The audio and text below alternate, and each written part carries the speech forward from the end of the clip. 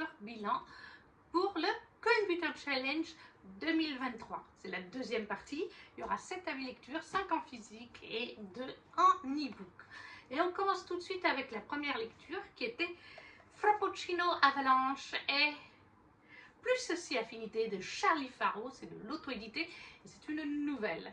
C'était pour le menu froid polaire, la sous-catégorie Let It Snow, avec un mot, c'était un livre dont le titre contient un mot hivernal, avalanche, c'est un mot hivernal. Et pour cette petite nouvelle de Charlie Faro, j'ai mis 17 sur 20, ce qui reste une très bonne note. Pourquoi 17 sur 20? Alors déjà, pour vous expliquer, on va suivre en fait Amy qui va avoir une mauvaise nouvelle, enfin plusieurs mauvaises nouvelles. Elle va perdre son travail à un mois de Noël. Et en perdant son travail, elle perd le logement où elle est. Alors je l'ai lu il y a un moment, donc je ne me rappelle plus en détail, si en fait le logement était fourni peut-être avec le travail ou quelque chose comme ça. Mais le fait est qu'en perdant son travail, quelques jours plus tard, on lui dit de partir de son logement. Donc elle se retrouve à la rue, elle va devoir retourner chez maman et papa, alors qu'elle a quand même un âge, je ne sais plus quel âge elle a exactement, mais elle est indépendante, elle n'a pas vraiment envie de retourner chez ses parents. Et elle va prendre contact, elle va se retrouver à prendre contact avec Étienne. Étienne, c'était son crush quand elle était jeune, il y a 16 ans de ça, son premier amour, mais lui, disons qu'il lui a fait des choses elle est pas forcément volontaire en fait, mais elle a souffert à cause de lui. Et du coup, c'est devenu un peu un ennemi pour elle. Et pour Étienne, c'est pas franchement non plus de mémoire la personne avec qui il a envie de passer le plus de temps. Mais Étienne a un très bon fond, maintenant qu'il est adulte, etc.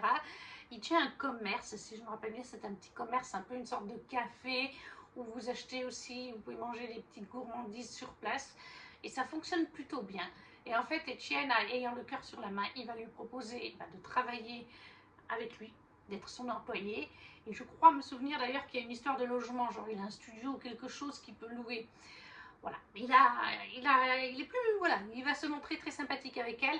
Mais bon, Amy, elle va garder quand même en mémoire son crush de jeunesse et ce qui s'est passé. Je ne peux pas trop vous en dire, comme c'est une nouvelle. Ça, elle fait 100... Combien est-ce qu'elle fait de pages exactement? 171 pages. Donc sinon, voilà. Puis en plus, c'est une petite romance de Noël. Simplement qu'on est sur le deuxième tome d'une duologie, Mes compagnons. Charlie Faro a fait ça 4 hivers de suite. Elle faisait des duologies. La première année, on découvre deux protagonistes, une femme et un homme. Ils ont des amis proches ou de la famille, une sœur, etc. Et l'année d'après, on découvre les personnages secondaires du premier tome. Et c'est le cas ici, c'est le deuxième tome de cette petite duologie. Mais ça se lit très bien indépendamment l'un de l'autre. Attention, c'est juste qu'on rencontre Amy dans le tome d'avant qui était Mocassino, bataille de boules de neige. Voilà, c'est ça. Et plus si affinité. Je me rappelle que le tome 1, c'était sur la meilleure amie d'Amy, qui tenait un refuge pour animaux. Et le love interest du tome 1, Étienne était aussi un de ses grands potes. Tout simplement. Donc forcément qu'on a découvert Amy et Étienne un tout petit peu dans le tome 1. Et là, c'est le contraire. On a un petit peu des apparitions des protagonistes du tome 1. C'est une chose que j'aime bien, moi, revoir les personnages ou découvrir les personnages secondaires dans la suite. Donc ça me plaît énormément. J'ai bien aimé la relation entre Étienne et Amy. Tout ne vient pas d'un seul coup, malgré que ce soit court. Après, bien sûr que ça va vite quand même.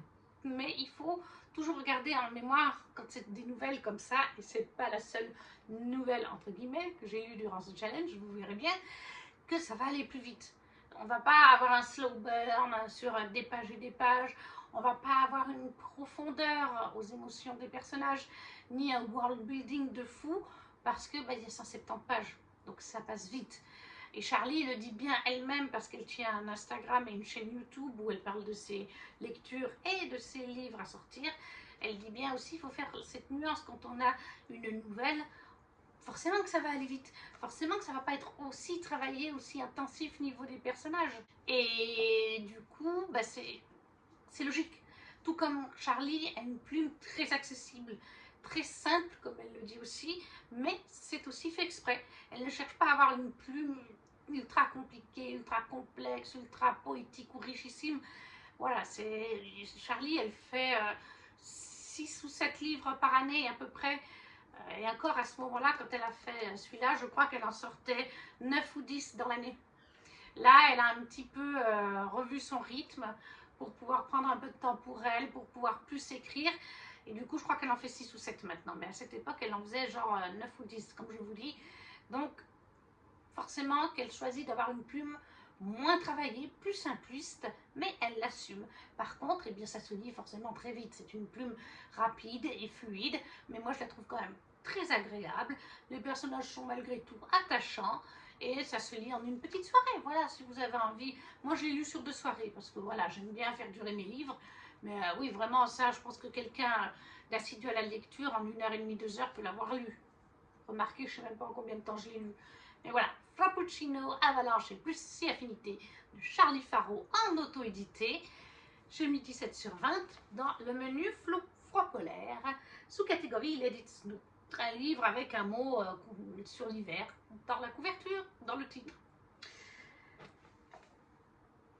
En deuxième livre, j'ai eu Mysteries of Storm Manor de Margaret Rogerson chez Big Bang dans sa jolie petite édition avec voilà, des très belles illustrations. Il était tout mignon. Et pour celui-ci, il est aussi dans Froid polaire. Il est dans la sous-catégorie Stalactique ensanglantée. Je l'ai mis pour le mot-clé Cozy Mystery. Et je lui ai mis 18/20. Alors, j'ai mis, je crois, un petit peu moins que pour Sorcerer of Thorns. Alors, parce que j'avais mis aussi 18 pour Sorcerer of Thorns. Mais ça s'explique par le fait qu'on est aussi sur une nouvelle. Comme pour Charlie Faro, on est exactement pile poil à 190 pages. C'est un petit supplément qu'a fait Margaret Rogerson. À la base, ça devait être juste un one-shot avec Sorcery of Thorn Manors, mais les gens ont vraiment apprécié Silas le démon, Elisabeth, Nathanael Thorne, et du coup, elle a eu cette idée de replonger. En plus, on est dans la période, si je me rappelle bien, on est dans la période de l'hiver. C'est pour ça que je l'ai mis. Oui, il y a d'ailleurs des flocons là sous la jaquette. C'est pour ça que je l'ai mis dans le Cold Winter Challenge, parce qu'on a l'hiver en fond. On est quelques mois après les événements de Sorcery of Thorns. Elisabeth et Nathanael sont toujours ensemble. Ils vivent au manoir Thorn avec leur ami et domestique. Il fait un peu office des deux. Le démon Silas, que nous aimons tant. Et en fait, eh bien, tout d'un coup, il va se passer un événement dans la maison. Si vous vous souvenez bien, cette maison est un peu magique. Elle fait un petit peu des choses, la maison. Et là, elle va en faire Caussienne, cette maison. Elle va enfermer Silas, Nathanael et Elisabeth. Plus personne ne peut rentrer dans la propriété et dans la maison. Je crois que c'est même dans la maison. Parce qu'à l'extérieur, ils y vont même pas. Il me semble qu'ils y vont même pas. Mais en tout cas, ils sont enfermés dans le domaine et je crois que c'est même dans la maison. Ils ne peuvent pas en sortir et personne ne peut rentrer parce que la maison fait de la magie pour en faire qu'à sa tête.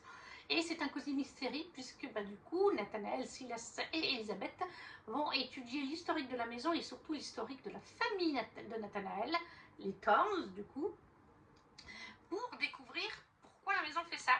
Ils ont quelques soupçons sur une histoire, sur un personnage, etc. peut-être à résoudre. Est-ce que ça suffira à faire que la maison revienne elle-même? Est-ce que ça vient de ça ou d'autre chose? Je ne vous le dirai pas, d'autant plus que c'est hyper court. J'ai mis 18/20 parce que c'est un peu court et qu'on en voudrait plus. Voilà. Même si là, le world building est un peu plus travaillé, mais ça c'est parce que il y a déjà eu un tome 1 avec beaucoup de pages, genre 400 ou 500 pages. Donc on sait déjà dans quel univers on est et on peut replonger dedans plus facilement, plus vite, parce qu'on a déjà les bases qui ont été mises dans l'autre tome. Il n'y a pas besoin de représenter les personnages ou des choses comme ça, comme c'est le cas sur la nouvelle d'avant, où voilà, c'est des tout nouveaux personnages. Alors certes, ils étaient apparus dans la première histoire, mais on avait besoin de les développer eux. Là, on sait déjà qui ils sont. Donc on peut déjà avoir plus de world building. C'est vraiment une petite plongée doudou. C'est comme le dit vraiment l'autrice, un petit cadeau pour les fans, un petit supplément pour l'univers. Et on y parle aussi pas mal de Silas aussi, hein, on le voit beaucoup, parce que c'est un personnage qui a aussi beaucoup plu dans la première, dans le one-shot, hein, tout simplement. Les chapitres faisaient à peu près une bonne douzaine. Là, le chapitre que j'ai regardé, ça faisait certains 10 pages, d'autres 12 pages, donc ils sont pas non plus trop longs.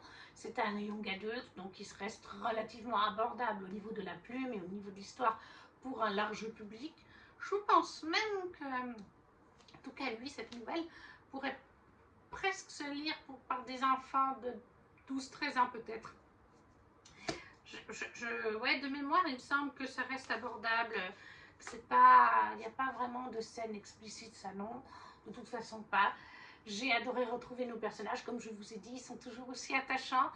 Nathanaël, et on découvre un petit peu plus sur lui aussi, de mémoire, sur son passé amoureux.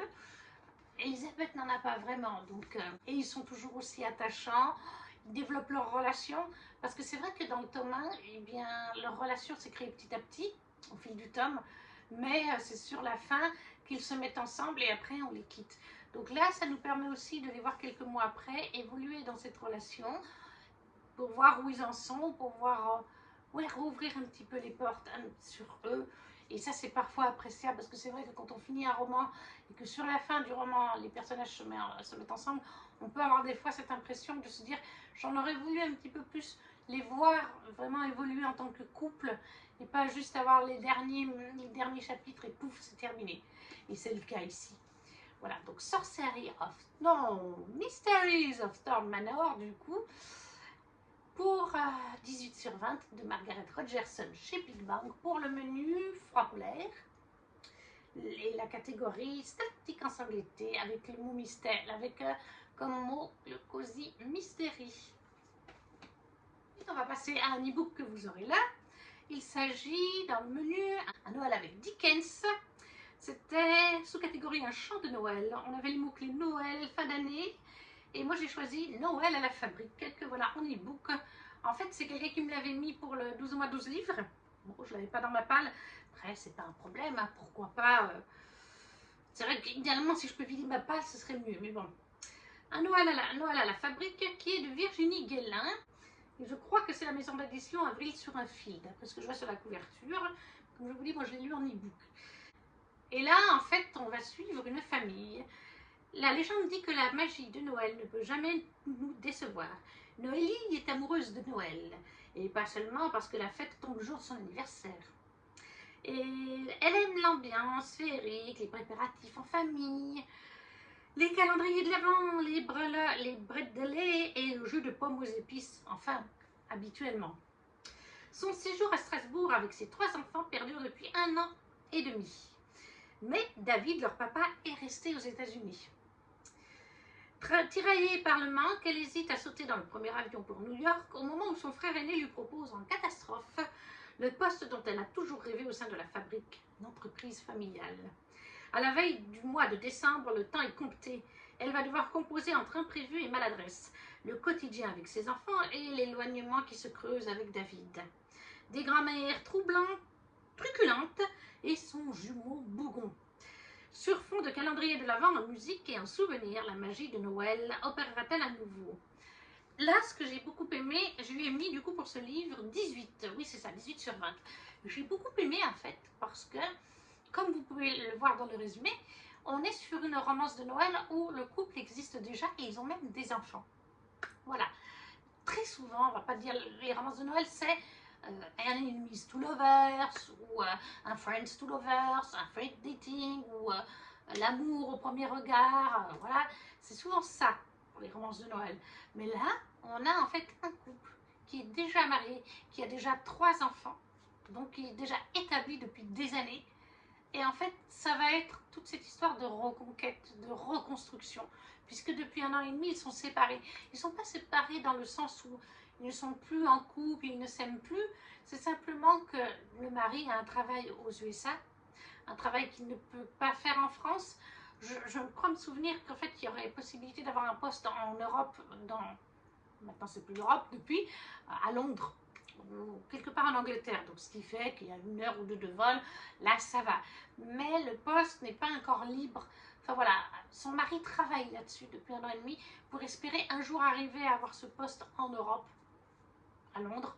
Et du coup, il est resté aux USA. Elle est rentrée avec sa famille parce que de mémoire, il y a un de ses enfants, je crois que c'est sa fille ou c'est son fils, je ne sais plus, mais un de ses enfants qui a eu quelques soucis aux USA et ça l'a traumatisé. Et du coup, la maman a aussi fait le choix de rentrer faire des vacances en France, dans sa famille, à Strasbourg pour ça. Et il me semble de mémoire que l'enfant n'arrive pas à rentrer aux USA, car vraiment le traumatisme est trop grand. Donc maman a choisi de rester pour le bien-être de ses enfants, de celui qui souffre, en France où il se sent beaucoup mieux, il ou elle. Et le mari attend d'espérer un jour cette espèce de promotion qui lui permettra d'aller travailler sur le bureau dans la même société en Angleterre et ainsi pouvoir être beaucoup plus près de sa femme. Donc, et forcément, ça crée de la distance. Forcément, pendant 1 an et demi, vous êtes séparés. Bien sûr qu'ils se voient de temps en temps pour les anniversaires des enfants ou des choses comme ça, ou pour Noël, puisque ça fait 1 an et demi qu'il est là-bas. Voilà, éventuellement, lui, il vient en France, ou eux, ils vont aux États-Unis quelques jours, mais il n'y reste pas. Et c'est oui, bien sûr qu'à l'ère moderne, on a Internet, les téléphones portables, on peut faire des conversations WhatsApp, etc. Et ils le font d'ailleurs. Le papa communique, je crois, tous les jours, tous les 2 jours avec ses enfants, en privé ou en groupe. Je crois même qu'ils font des repas. Il me semble que de temps en temps, c'est la tradition où le papa mange de son côté son repas et eux sont à table. Il me semble qu'il y a un truc comme ça aussi. Après, il y a les décalages horaires, donc il faut aussi jouer là-dessus. Mais c'est pas facile pour le couple parce qu'il y a eu de l'éloignement, même s'ils s'aiment toujours. Et il y a des questions que la mère se pose. Alors oui, parfois elle a envie de monter dans le premier avion, et puis finalement, ben voilà, son frère lui propose un travail dans l'entreprise familiale, un travail haut placé. C'est une entreprise qui fait sur les fêtes de Noël aussi d'ailleurs, et c'est quelque chose qu'elle attendait aussi depuis des années. Dans tout le roman, ben c'est sûr qu'elle va aussi se poser des questions. Est-ce que ça vaut le coup de continuer comme ça pour les enfants, pour nous? Oui, on s'aime, mais l'éloignement, je me rappelle qu'à un moment donné, elle se demande s'il n'a pas une maîtresse d'ailleurs, ou quelque chose comme ça. Et puis vient le temps du calendrier. Son chéri lui a fait un calendrier parce que c'est leur tradition de se faire des calendriers. Et voilà, tous les jours, elle va ouvrir la petite case que son chéri lui aura fait. Il lui aura envoyé, ou je ne sais plus comment il a fait ça. Et ça va amener sur certaines choses, vous verrez, je ne veux pas vous le dire le comment du pourquoi, mais j'ai vraiment apprécié toute cette histoire qui est différente de ce que j'ai lu du coup. Ça vraiment, j'avais encore jamais lu. Un couple, déjà ensemble, mariés, enfants, qui essaye de se reconquérir. C'est vraiment ce que tente de faire le mari tout au long de ce mois de décembre. Moi, j'ai vraiment apprécié. En plus, bon, on est à Strasbourg, on est avec l'ambiance de Noël, des fêtes, des brédélés, comme il disait là dans le titre, etc. Vous avez des enfants. Moi, j'adore quand il y a des enfants aussi dans les romances de Noël ou en dehors. Hein. Donc, forcément, j'ai trouvé ça hyper mignon, hyper touchant, hyper doudou. J'en aurais voulu encore plus. Je me rappelle plus pourquoi j'ai mis 18 et pas 20 sur 20. Peut-être que j'en aurais voulu plus. Peut-être que j'aurais voulu plus de profondeur encore au personnage, mais pourtant, il y en a de la profondeur. Parce qu'on a l'histoire d'un des enfants qui est en souffrance. Il y a aussi les relationnels entre les deux, le frère jumeau et elle. Hein, comme je vous ai dit, elle a un jumeau un peu bougon. Je crois qu'elle a aussi un autre frère. Il y a le papa. Enfin, bref, c'est toute une famille. Non, franchement, moi, j'ai vraiment bien apprécié. C'était un bon moment de lecture. Je trouve même que le 18 ne le vaut peut-être pas et que j'aurais dû mettre 19. Maintenant, avec le recul, avec un autre challenge de passer un autre hiver à lire des romances de pluie, de Noël, je trouve vraiment que c'était un concept différent. Une histoire différente qu'on ne voit pas tout le temps. Hein, comme je vous ai dit, c'est souvent les classiques que j'ai cités avant. Donc, moi j'ai beaucoup aimé Un Noël à la fabrique de Virginie Guérin, je vous ai dit, je crois. Guélin, pardon. Et ça, c'était donc pour le menu. Un Noël avec Dickens, sous-catégorie Un chant de Noël, les mots-clés Noël et fin d'année. Anti-héros et argent, non, ça ne rentrait pas. Ensuite, j'ai lu Un Shiba en hiver de Laetitia Arnaud aux éditions Twinkle Édition. Ça, c'était pour la catégorie le menu féerie des fêtes, la catégorie au point du feu. Cocooning, qui réchauffe le cœur et le corps. C'est tout à fait le genre de cette petite saga de livres qui est accessible pour tout le monde, même si on pourrait se dire que c'est plus jeunesse à la base. Ça va aussi très bien pour un adulte qui a envie de s'évader pendant quelques pages, pendant 15-20 minutes, entre de gros pavés, ou alors qu'il y a une période au travail plus difficile, surtout pendant les fêtes de Noël dans certains secteurs. Voilà, il y a des très jolies images qui sont bien sûr de Laetitia Arnaud, tout comme le texte. Comme d'habitude, vous avez des fois des petits dans les dessins, là vous avez des noms d'oiseaux. Voilà, Laetitia vous fait découvrir le pinson du Nord, la mésange boréale. C'est tout elle qui fait de A à Z. Hein. C'est comme ça règle le problème. Là, vous avez la femelle carcelle et vous avez la sarcelle mâle dans les canards qu'on voit en hiver. Bref, c'est plein de petites pages comme ça sur les traditions, sur les moments de l'hiver. Tout ça du point de vue du petit Shiba qui est Orion. Voilà, c'est Orion. Donc ça fait quoi? Ça fait une quarantaine de pages. Hein. Oh, il n'y a pas de pagination. Mais oui, ça doit faire une quarantaine de pages à tout casser. Et puis, il y a toujours une page d'illustration, une page de texte. Donc ça se lit vite. Mais c'est cocooning. Pour moi, c'est cocooning, c'est doudou. On passe un bon moment. Et ça, je lui ai mis 20 sur 20. Parce que je trouve que c'est trop joliment fait. Les illustrations sont kiki à souhait. Les textes sont sympathiques. On découvre de par le texte et par les illustrations quelques petites informations sur l'hiver. C'est toujours un plus. Il y a des choses que je découvre, moi, grâce à ces petits trucs de Laetitia Arnaud. Hein. Mine de rien, oui, il y en a vraiment que je découvre. Donc voilà, moi, c'est toujours un plaisir. Il n'y a pas besoin d'en parler pendant 3 heures. C'est un livre très court. Il n'y a pas beaucoup de texte. Mais ça se suffit largement à lui-même. Et pour moi, c'est un 20 sur 20. C'est un coup de cœur. Toute la saga l'a été. Il existe 4 tomes sur les 4 saisons, plus un hors-série spécial vraiment Noël. Là, c'est celui sur l'hiver. Donc ça englobe les aurores boréales, des choses comme ça. Mais voilà, un Shiba en hiver de Laetitia Arnaud chez Twinkle Édition, 20 sur 20 pour la catégorie le menu féerie des fêtes, sous-catégorie au coin du feu avec les mots cocooning et qui réchauffent le cœur et le corps, tout simplement. Toujours dans le menu féerie des fêtes, la sous-catégorie lumières enchantées, j'ai avec couverture qui brille, dorures, paillettes, etc. J'y ai mis un Noël à Blake Hill Castle de Laetitia Arnaud. Oui, décidément, je promouvois Laetitia Arnaud dans ce challenge aussi. Alors là, on va suivre en fait une jeune femme. Je vais vous le résumer, ce sera mieux. Hertfordshire, décembre 1843. Alva Moonfield s'apprête à passer les 12 jours de Noël dans le château de Solfallow. Un jeune lord renfermé à la réputation douteuse, que l'on dit adepte des sciences occultes. Malgré la rumeur et les mises en garde, Alva est bien décidée à profiter de ce séjour chez lui pour le convaincre de soutenir et financer ce projet de réhabilitation des quartiers pauvres de Londres. Elle ignore toutefois que c'est son propre destin qu'elle risque de changer au cours d'un Noël envoûtant à Blake Hill Castle. Ce merveilleux conte romantique vous emportera dans un tourbillon de flocons et d'émotions, avec tout le mystère, l'élégance et le charme intemporel des Noëls victoriens. Les Noëls se tissent dans les moments précieux. Ils sont aussi évanescents que les esprits et aussi ardents que les flammes qui dansent dans l'âtre de la cheminée. Alors là, si je me rappelle bien de base, à la base, Alva va en fait se faire passer pour un homme, un associé de son papa, afin de rencontrer Solfallow lors d'un événement mondain, parce que Sol connaissait un ami d'Alva. Alva, en fait, un de ses amis, c'était le meilleur ami de Sol quand ils étaient jeunes. Bon, ils sont toujours jeunes, mais en fait, Sol, au décès de son père, a mal tourné, si on peut dire. Avant ça, c'était un gentil garçon, tout ce qu'on veut. Il a perdu sa maman quand il était très jeune. Et la maman, d'ailleurs, de cet ami, l'a un petit peu pris sous son aile quand il était enfant et adolescent. Et puis bon, bah, un jour, le père est décédé. Il a dû reprendre l'entreprise familiale, le nom de Sol Farrow, enfin des Farrow. Et il est devenu un peu, voilà, il s'isole, il ne va plus dans les fêtes mondaines. Il n'a pas une super réputation, comme on vous dit dans le résumé.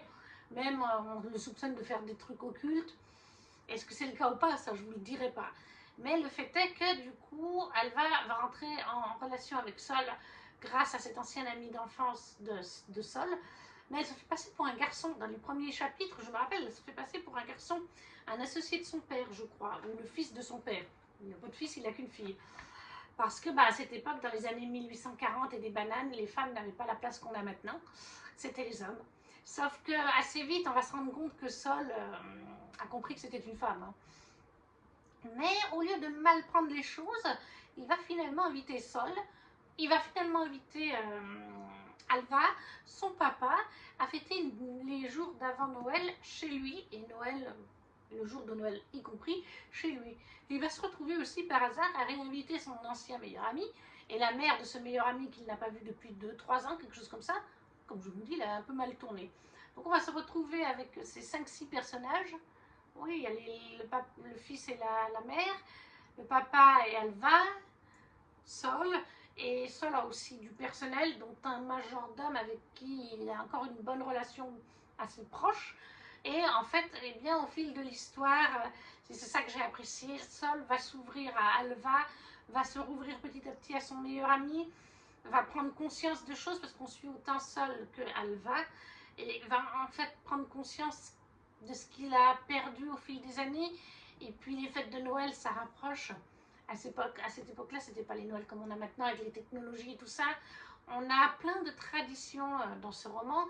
C'est beaucoup le cas dans les romans chez Twinkle Edition. Il y a toujours des aspects de tradition d'un pays ou d'une région qui sont mis en avant. Et par exemple, dans ce roman, je me rappelle très bien qu'on va remettre en avant, par exemple, Sol remet en avant avec son majordome, etc., la tradition de la bûche de Noël. Et la bûche de Noël, pour nous, maintenant, c'est la bûche qu'on mange en dessert. Et en fait, dans les années 1840 et des bananes, la bûche de Noël, c'était pas la bûche qu'on mange en dessert, c'était une vraie bûche qu'on met dans le feu, qui dure un certain nombre d'heures, qu'il fallait vraiment bien sélectionner dans certains types de bois précis, avec des odeurs précises, et qui vont justement mettre tant de temps à brûler pendant la veillée de Noël, le 24, etc. C'est ce genre de tradition qu'on revoit, les liens qui se créent, les liens d'une famille, ben on a un papa et une fille, une maman et son fils, mais on voit en fait comment ils créent des liens amicaux, comment à quelque part une nouvelle famille, sans être forcément de sang, va se créer. Sol va bien sûr, et Alva, oui, vont tomber bien sûr amoureux, mais au-delà de ça, oui, ça va créer des liens entre... Enfin voilà, Sol va récupérer les liens d'amitié qu'il a avec son meilleur ami, et avec la maman de ce dernier, ça va lui rappeler de bons souvenirs. Et à quelque part, ça fait une famille de cœur. J'ai envie de vous dire, plus les jours avanceront dans ces 12 jours de Noël, jusqu'au soir du 24 et du 25 décembre, j'ai apprécié aussi, ça spoil peut-être un petit peu, mais bon, c'est parce que j'ai apprécié cet aspect-là, j'ai apprécié aussi l'aspect du fait que Sol inclut son personnel le jour de Noël. Le personnel n'est pas là pour servir à table, etc. et aller se cacher dans un coin, comme c'est souvent le cas dans les familles aisées le jour de Noël. Non, le personnel est intégré le jour de Noël à la table, avec les autres, autour du feu, avec les chants de Noël, comme ça se faisait à l'époque. Je crois qu'on va aussi à un moment donné avoir des gens qui viennent chanter devant les portes. Je crois me rappeler qu'ils vont à l'église le soir de Noël pour faire les chants. Enfin bref, vraiment les traditions d'époque. Avec des gens qu'à la base il ne connaît pas forcément ou avec qui il a perdu de vue et qui va créer sa nouvelle famille en incluant y compris son personnel et sans distinction de rang. Tout le monde est à ce moment-là au même niveau et c'est... Ouais, c'était vraiment une lecture cocooning, doudou à souhait, magique, belle, digne des contes de Noël comme je les aime, digne des grandes romances de Noël. C'est juste que je me souviens que Sol et Alva mettent un certain temps avant de vraiment s'avouer leurs sentiments. Il me semble que ça met une bonne partie du livre. Alors, ils ont des raisons, chacun, voilà, mais j'aurais bien voulu en avoir un peu plus sur eux en tant que couple et sur la formation du couple, parce que ça prend énormément de temps. Mais au niveau des traditions, de l'esprit de Noël, de l'esprit de famille, amicale, on y est complètement. Moi, je peux que vous le recommander si vous adorez cette fête, si vous avez envie d'avoir des Noëls d'antan, et pas les Noëls forcément modernes comme on a maintenant, vous aurez totalement ça. En plus, la plume de Laetitia Arnaud est toujours aussi belle, toujours aussi bonne et agréable à lire. Moi, je passe toujours un bon moment. Avec les romans de Laetitia, je n'ai jamais été déçue. Ça a toujours été des 18 à 20 avec elle. Et puis, les chapitres ne sont pas forcément trop longs. La 125 à 131, 132. Vous voyez, ça fait même pas 6 pages. Donc il y a des jolies en-têtes en plus. Il y a un très beau travail qui est fait par Laetitia. Là vous avez, voilà. Parce qu'encore une fois, c'est Laetitia Arnaud qui a écrit son texte et qui a fait sa couverture, ses en-têtes de chapitre, l'intérieur, c'est tout elle qui fait. Donc voilà. Un Noël à Bleakhill Castle de Laetitia Arnaud, 18/20, pour le menu Féerie des fêtes, sous-catégorie Lumières enchantées pour couverture qui brille, on était totalement dedans. Ensuite, dans le menu Un Noël avec Dickens, j'ai lu le festin de Noël. J'ai dans la catégorie festin de Noël, pour les mots-clés gourmandise, chocolat et cuisine, j'ai lu Flocon de chocolat. C'est un e-book que vous avez là, qui est de Magali Santos. On nous dit Audrey, une jeune femme indépendante et ambitieuse, quitte Lyon pour s'installer à La Rosière. Loin de la grande ville française, une nouvelle vie qui se prépare. Des montagnes, de la neige et un job passionnant dans une chocolaterie-confiserie. Tout semble paisible et dépaysant, mais c'est sans compter sur son collègue suédois, un certain Maximilian Johan. Que cache ce viking scandinave arrogant? Il suffit d'une fraction de seconde pour qu'il ne la supporte pas. Leurs vies sont complètement différentes et leur destin s'annonce pourtant opposé. Audrey réussira-t-elle à amadouer l'ours polaire? Réussiront-ils à se rapprocher pour le bien-être de leur entourage? Laissez-vous emporter par l'histoire rafraîchissante et tumultueuse d'Audrey et de Maximilian auprès de leurs amis Inès et Gabriel du roman Tempête et sucre d'orge. Alors j'ai pas lu le premier tome. Et là, pour ce livre, j'ai mis 17/20. J'ai passé un bon moment avec Audrey et Maximilian, mais il m'a manqué des choses, que ce soit à leur niveau. Mais je me rappelle plus vraiment bien de ce bouquin, mais je crois me souvenir qu'il me manquait un petit peu, j'aurais voulu plus de leur romance, parce qu'une bonne partie du livre, ils vont se chamailler. Après, certes, ils vont se rapprocher, puis ils vont se rééloigner pour finalement se retrouver sur la fin, mais j'aurais voulu plus les suivre. Oui, vraiment, comme je vous dis, voilà, j'aurais voulu plus les découvrir, plus de profondeur émotionnelle sur les deux personnages. Après, je pense que Gabriel, du coup, et Inès, on les découvre dans le tome 1. Je ne savais pas que c'était une saga, en fait. Après, ça se lit totalement indépendamment les uns des autres. Mais je pense que je lirais peut-être Inès et Greg, parce que 17/20, ça reste des très bonnes notes. C'était une écriture sympathique, ça se lisait bien. Voilà, c'était pas la plume de l'année, mais c'était une écriture agréable, fluide, qui passe très bien pour une petite romance de Noël feel good. De mémoire, je me rappelle que Maximilienne, c'est donc un peu un grumpy. Hein. Et Audrey, elle, eh ben, c'est un peu un sunshine quelque part. Hein. Elle est toute contente de débarquer, d'avoir ce contrat dans cette boîte. On est autour du chocolat, hein, donc oui, au niveau pâtisserie chocolat, on est en plein dedans. Hein, ça me donnait bien faim la plupart du temps. Au niveau chocolat, j'avais envie de me lever pour aller en prendre un dans le frigo à chaque fois. Ça, c'était vraiment sympa. On découvre un peu les aspects de la chocolaterie, etc. C'était sympa, voilà. C'est vrai que ça m'a, je n'ai pas gardé un souvenir transcendant de ce livre. J'en ai moins que par exemple pour la romance d'avant, sur un Noël à la fabrique, où j'ai mis d'ailleurs 18/20. On voit du coup la différence. Quand les notations sont un peu plus basses, j'ai souvent un petit peu moins de souvenirs. C'est resté un moment agréable, mais j'en aurais voulu plus. J'aurais voulu plus connaître les personnages, plus d'émotions dans ceci, plus de world building, si je puis dire. Mais bon, après, c'est une romance de Noël, donc le world building, c'est pas souvent ce qui va être primordial. Et puis, le côté Noël était peut-être moins présent. Il me semble que c'était moins présent. Ça m'a moins marqué que pour la fabrique de Noël. Pour Bleakhill Castle aussi, où justement, bah voilà, quand j'ai lu tous ces romans de Noël à cette époque-là, celui-là, bah ouais, c'était un petit peu moins présent. C'était là quand même, parce qu'on est à la montagne en hiver, mais j'en aurais voulu plus.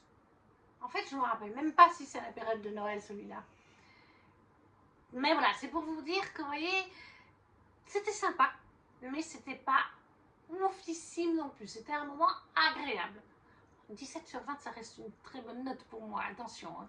C'est juste que voilà, quand on lit plusieurs pendant les périodes des fêtes de romance ou de romance de Noël, à un moment donné, il faut...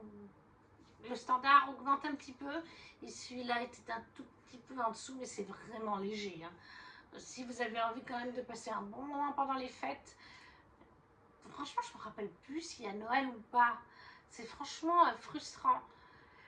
Je crois qu'elle arrive bien avant Noël parce qu'en fait, ça se passe sur des semaines et des mois en fait. Hein. C'est ça en fait. Elle commence son contrat genre pendant l'année, puis après les fêtes de Noël arrivent peut-être.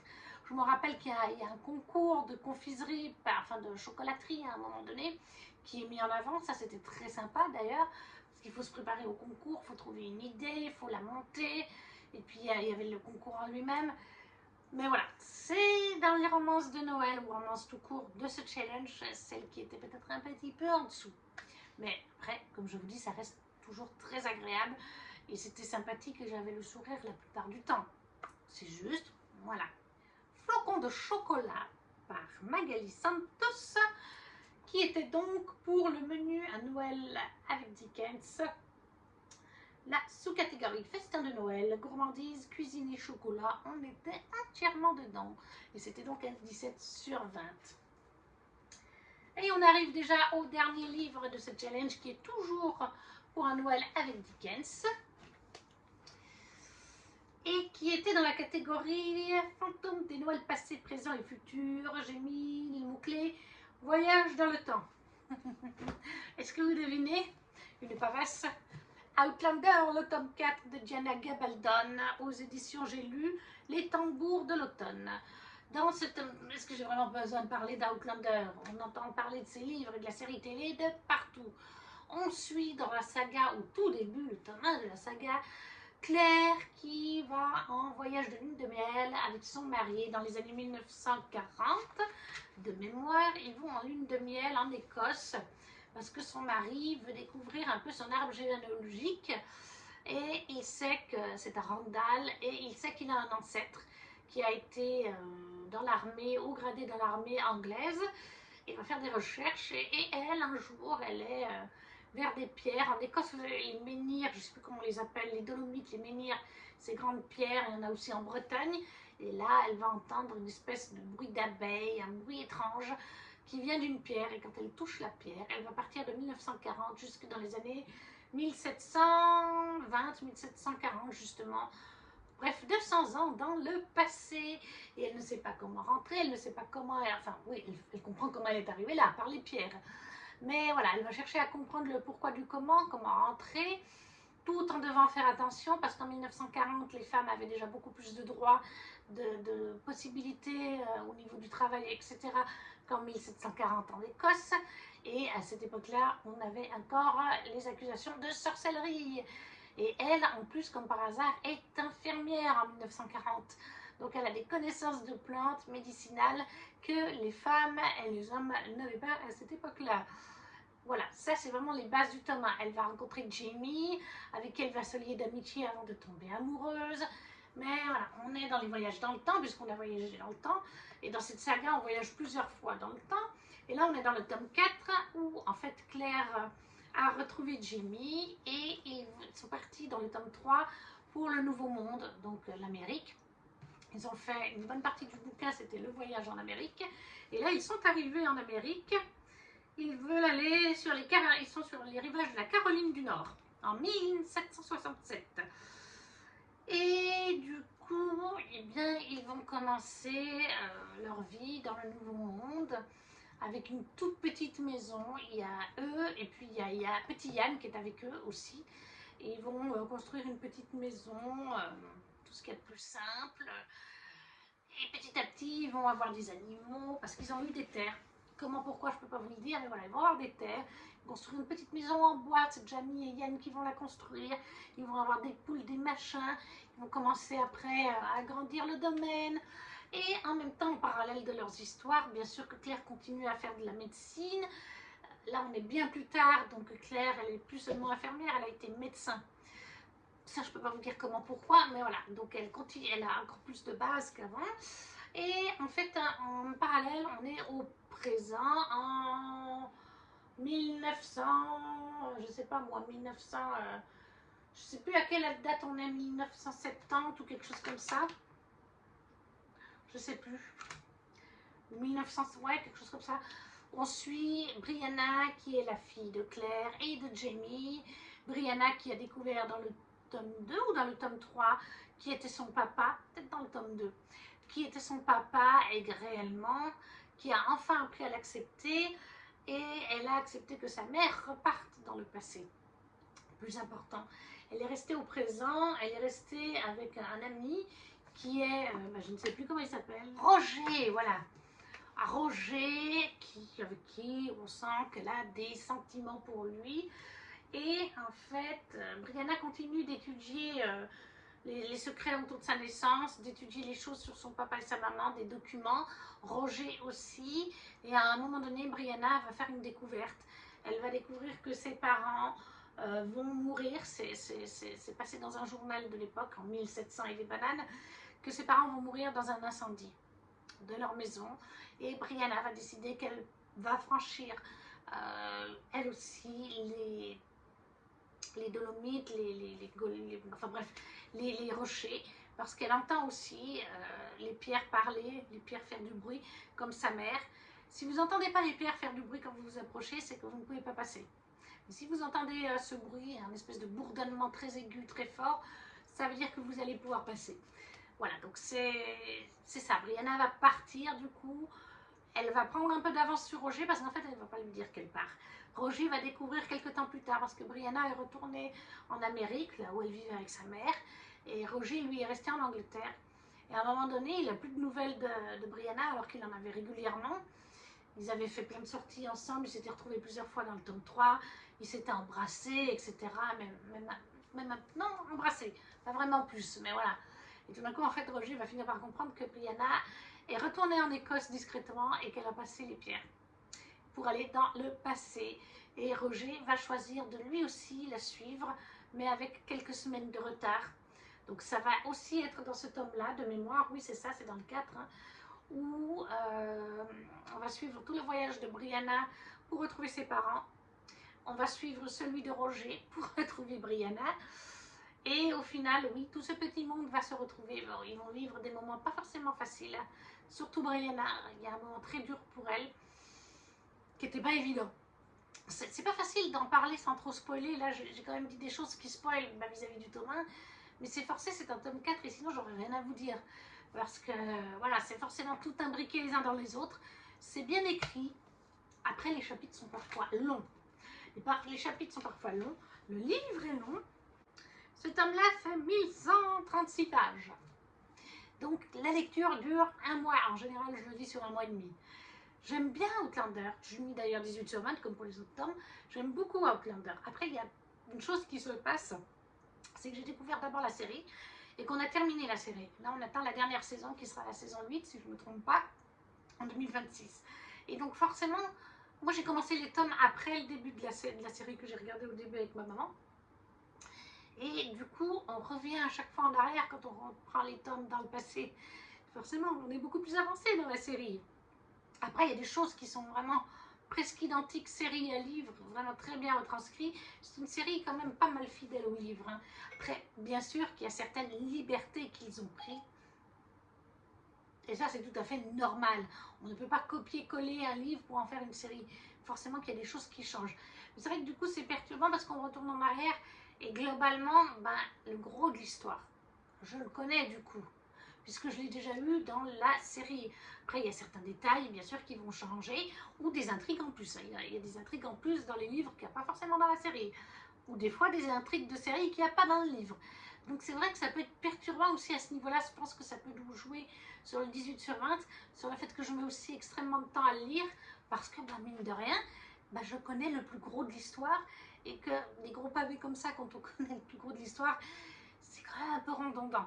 Après, c'est super bien écrit, c'est super bien mis vis-à-vis des temporalités, vis-à-vis des événements qui se passent en Caroline à cette époque-là, ou dans notre présent à l'époque de Brianna. Enfin voilà, on sent, je pense que l'autrice, dans chacun de ces tomes c'est le cas, mais je pense que pour faire cette saga, elle a beaucoup cherché à se documenter sur l'histoire. L'histoire d'Écosse, d'Angleterre, des Amériques, puisque maintenant on est en Amérique. C'est super bien fait. Je découvre des choses que je ne connaissais pas. On a des fois des personnages qui apparaissent, qui restent, ou des fois des personnages qu'on entend parler, ou qui font 2-3 petites apparitions. Je ne sais plus si c'est dans celui-là ou si c'est dans le suivant. Je crois que c'est dans celui-là qu'à un moment donné, on a par exemple, c'était qui? George Washington peut-être, mais qui est encore très jeune et pas du tout le futur président qui va permettre de libérer la nation des Anglais et tout ça. À ce moment-là, c'est encore un politicien. Tout, voilà, il commence à avoir, on sent qu'il commence à y avoir des bases, mais on est encore loin des événements qu'on connaît, qui ont créé l'Amérique telle qu'elle est maintenant. Mais c'est super bien adapté. Mais voilà, ce n'est pas une saga coup de cœur. Comparé à la série qui est un coup de cœur, c'est un bon moment de lecture, mais je vous avoue que j'en lis 2 par an. Hein.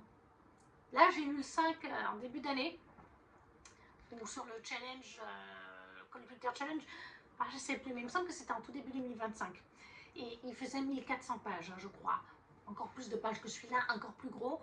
Et là, j'ai dit, ne me parlez plus de Outlander livre avant 8 mois au moins, parce qu'après avoir lu de telles briques, on n'a pas envie d'enchaîner avec les suivantes. Croyez-moi, on a envie d'une lecture un peu plus simple, un peu plus doudou.